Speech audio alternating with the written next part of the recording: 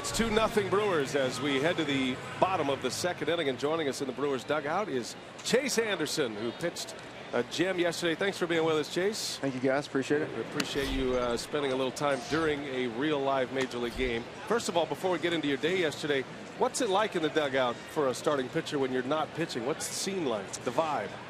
You know, you're trying to just kind of watch what your guys doing against the other team. I was watching what his juniors doing the day before. Kind of relax, just enjoy, you know, being in the dugout. Kind of a cheerleading atmosphere. Well, your performance, oh yeah, it's already started. We got an eye on them, don't worry. Your performance yesterday, I said, as you left the game with 7 no-hit innings, that for me, it was your best starting performance, certainly as a Brewer. I don't know about your career, but the fact that you had the big fastball, the stuff, and how you controlled a very good team was impressive. How do you feel? Where did it rank? That's got to be probably the top one so far in my career. I've thrown some pretty good games. That was definitely the best one I've had so far. By the way, that's Nick Franklin doing that, just if you want to know. But, oh, Nick. I think Nick's doing this just because he used to rake me in the minor leagues. Yeah, did he? Yeah. Hey, when you were warming up out in the bullpen, I always ask guys like this after a game like you had yesterday, did you feel like you had extra stuff? Did you feel particularly good walking out on the mound in the first inning?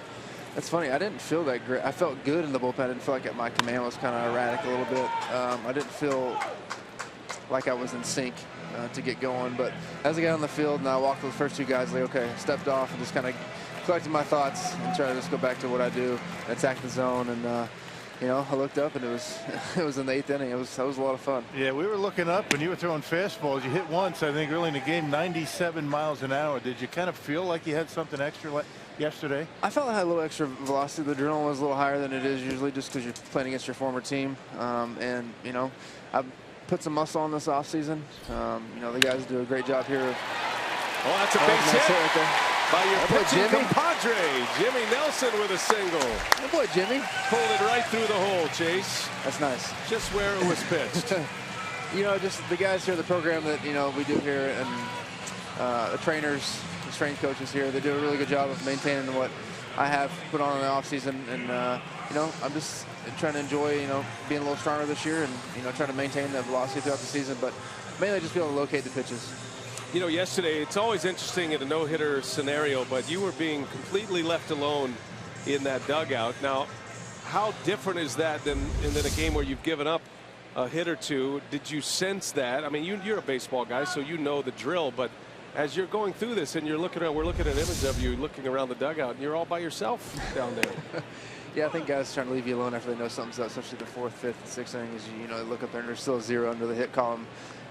They're leaving you alone, and you're kind of just like in a, you know, I don't know, it's feel like you're almost levitating in the dugout. You're just kind of like, what's going on? But, you know, you're just trying to keep that focus and try to keep your mindset clear and just try to execute one pitch at a time, because when those games they're pretty special. And, you know, I was just glad we got the win yesterday. Jet came up with a big hit, bases clearing double, and that kind of just set the tone for the rest of the day. Now, in your mind today, do you think Craig Counsell would have allowed you to stay in the game to finish it if you had maintained the no-hitter? You know, I sure hope so. I think there was a path to the, as I think he said yesterday in his post-game interview, there was a path to it. Just I was going to make the decision tough if I got through the 8th inning without giving up any hits, that's for sure. You know, Chase, it seemed like you and Jet were right on the same page right from the beginning. You know, the first couple of guys you walked, and all of a sudden he comes out, Derek Johnson comes out, and you found something. Tell us a little bit about your relationship with your 2 catchers this year. You know, throwing to Manny last year, I haven't thrown to him yet this year, but just we have a really good relationship in the clubhouse. And Jet, too, this year, getting him over from the Angels, just starting in spring training, and just kind of been, he's caught me almost, I think he's caught me every game this season. It's been a lot of fun. You know, Jet's hilarious in the clubhouse. It keeps, you know, even on, we're going through that little skid, Jet's always just keeping it loose in the clubhouse, being funny, acting like a goofball all the time. And, you know, it's just, we've really enjoyed it. We've gone to breakfast a couple times on the road. Just we've really built a relationship, and I think it all starts in the clubhouse with all the guys. And when you go on the field, you play for your teammates. You don't just play for yourself, and it really brings the chemistry and the camaraderie of the team together.